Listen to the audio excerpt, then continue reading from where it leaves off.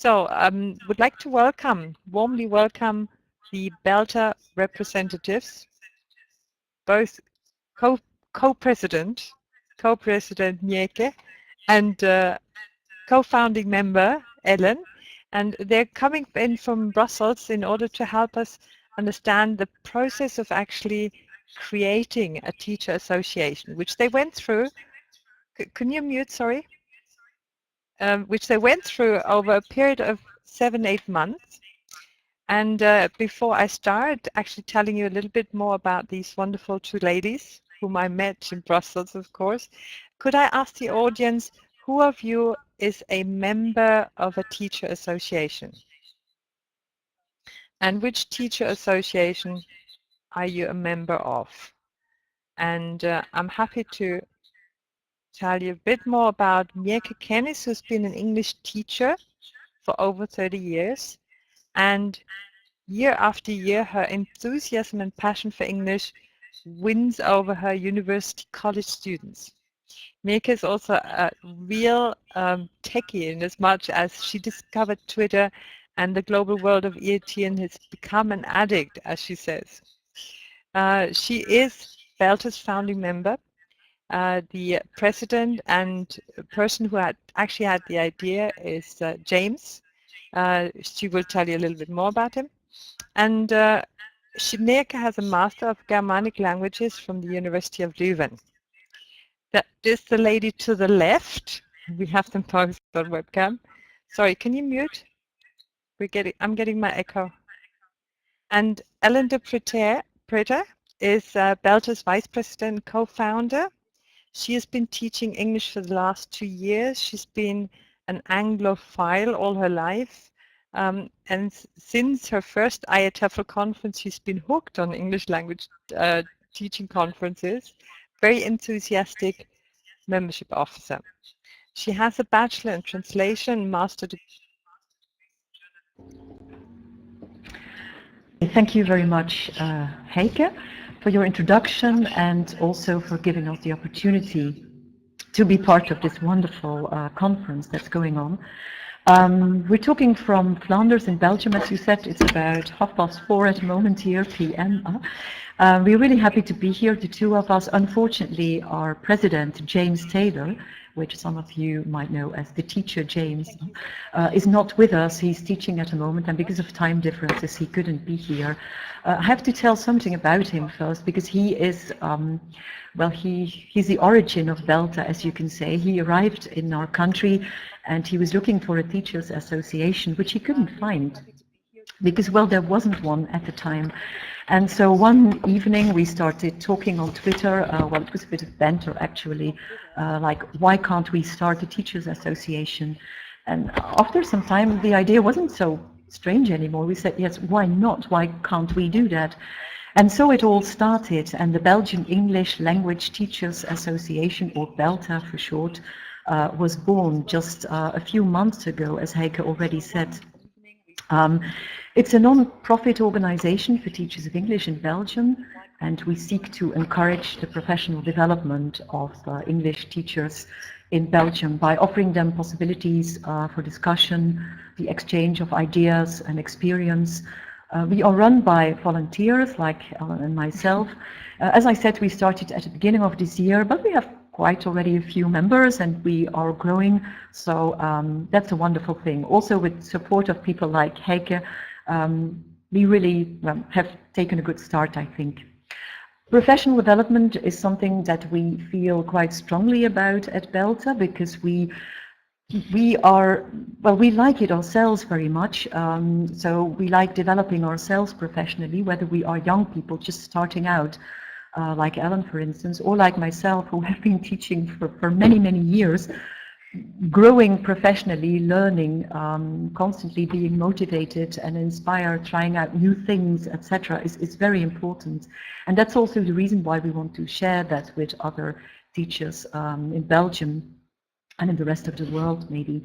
And that's also the reason why we exist and why we are here today. So it is our responsibility, we feel, to offer a wide range of professional development opportunities, because then people can pick and choose and can really see what they like, what their particular areas of interest are, and what professional development tools suit their tastes and their circumstances. We want just to present in a few minutes a few of the things we do. And let me start by conferences. As you can see here, on the 1st of June, we have our first ever national conference for BELTA, which is quite exciting in 2 weeks' time. Daunting. And a bit daunting, we agree, yeah. We have speakers from Belgium who are going to talk about topics of the Belgian context or in the Belgian context. We also have speakers from abroad, from Poland, from Switzerland, from Germany.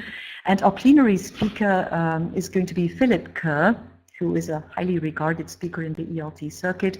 So we are really happy to have those people, but we're also looking forward very much to meeting members there so that we can share some ideas, that we can meet each other face to face for the first time, that we can learn new ideas and feed them back into our classes afterwards. We have one slot of the day especially just for that. So after listening to all the sessions, we offer people really the opportunity to discuss what we have heard, get some feedback from them, and yeah, just talk to each other and not just listening to the speakers.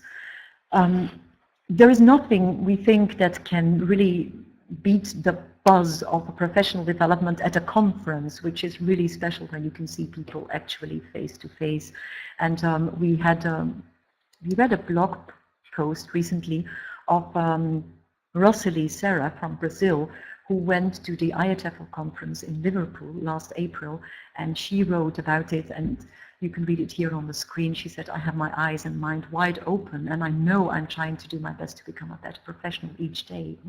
But most of all, I want to make new friends, learn from them and share my knowledge and happiness with them. And maybe those are big words, but that is often what it feels like if you go to conferences like that. So definitely, if you can go to conferences. If you have ever been there, you will agree with us. At BELTA, we also offer workshops and special events. And one of the workshops, well, we haven't had any workshops as such. We plan to do that in the course of the year. So at workshops, we give members the opportunity to come together, maybe just for a couple of hours, and discuss and share ideas. They are in fact very sociable events with plenty of opportunity for interaction. So we would love to start that quite soon. Special events, well, we have already one special event planned for the 15th of June, so that's also quite soon. We do that in partnership with BSEC, which stands for the Business English Special Interest Group of IATEFL. They will have an event on that day, again, an online conference.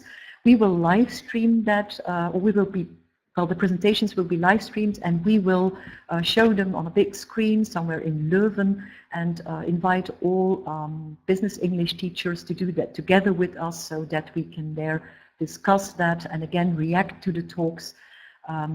We think that's an invaluable opportunity for us, which we can't get anywhere else, so that's something to look forward to as well. Social media. Well, social media, some people, it's their cup of tea. Huh? It's not for everybody, but I like it very much. So at BELTA, we also said right from the beginning, we want a Facebook page, we want a Twitter account, and you can see the examples here. So we regularly post things on Facebook, all our events, of course, all the things that people have to know. We have quite a few likes, I can say already, on Facebook. There is also interaction there with people, so that's really very nice for us. And on Twitter, again, we use Twitter to, of course, to inform people about what we are doing, but we also post things that are of general interest to people who are interested in ELT. Okay, Ellen, the words to you. Thank you very much. So as Mika's been talking about Facebook and Twitter, we also have a website, of course. And the website is actually really interesting because it sort of documents what we've been doing for the last couple of 6 months. Now, I am the membership officer, I'm the vice president, but basically I have to keep myself with the memberships. So what it has on the website as well is just kind of like, you can see the events that we attended. So we go to like a CUP or an OUP event, a Dag van het Engels, which is sort of the Day of English organized in Flanders. So to sort of talk to those members, those potential members that come in. So it's a wonderful sort of record, I guess, of everything that we've been doing. So it's got 10 events, it's got the blog on there, it's got the webinar on there, or the webinars, I should say, as well. But the main purpose, of course, of our website is sort of to keep our members and to keep everyone up to date with what we're doing. And that means that the latest updates are on there.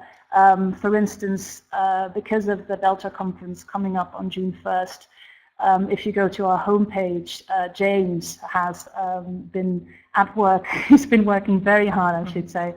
And he's created this lovely series called Meet the Speakers. So basically he has a little bit of a bio on there, and he's asked them some questions and they answer it. And it's actually a really nice way to sort of relate to those people, not just you know, pick them on subject, I guess, but also on you know, the person and who they are. We also have a newsletter, so on a monthly basis we send out a newsletter, again with news and updates, just to keep our members abreast. And webinars, so there are monthly webinars, and webinars are wonderful. I mean, it's sort of being able to communicate with the world from your sofa, which of course the Virtual Roundtable is doing today as well. And the webinars allow us to do that as well. We've had some wonderful talks. For instance, Tyson Seaborn on academic reading circles. We've also had Vicky Loras on professional development. Next week, Sunday, we're going to have Cecilia Lemos on oral correction, and that's proving to be a wonderful subject. And then we've got the blog as well. The blog is, again, a very interesting, I think at least a very interesting mix. As you can see, there's the last blog that we did was from Sophia Madridi, who's going to be talking in the afternoon or in a couple of hours, or next, I don't know, next hour or something. Anyway, she'll be up.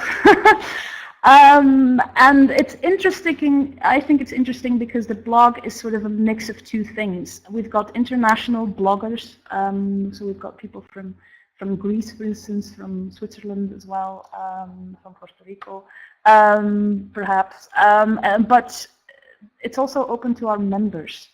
And that basically means that we have two kinds of stories coming in. We've got the global ELT world story coming in, and we've got the Belgian ELT story coming in. And I think that that's it's a wonderful mix. To round up, I just wanted to, although I see that Leo's already done it, I just wanted to give you the website, because I am the membership officer. So if anybody feels to join us, please fill out the membership form. And of course, I want to thank you out there for listening, for paying attention, for being so wonderful as to help us out, Leo, and for you, Heike, of course, as well, just to give us this wonderful, wonderful opportunity. Thank you. Thank you very much. Thank you very much. Thank you.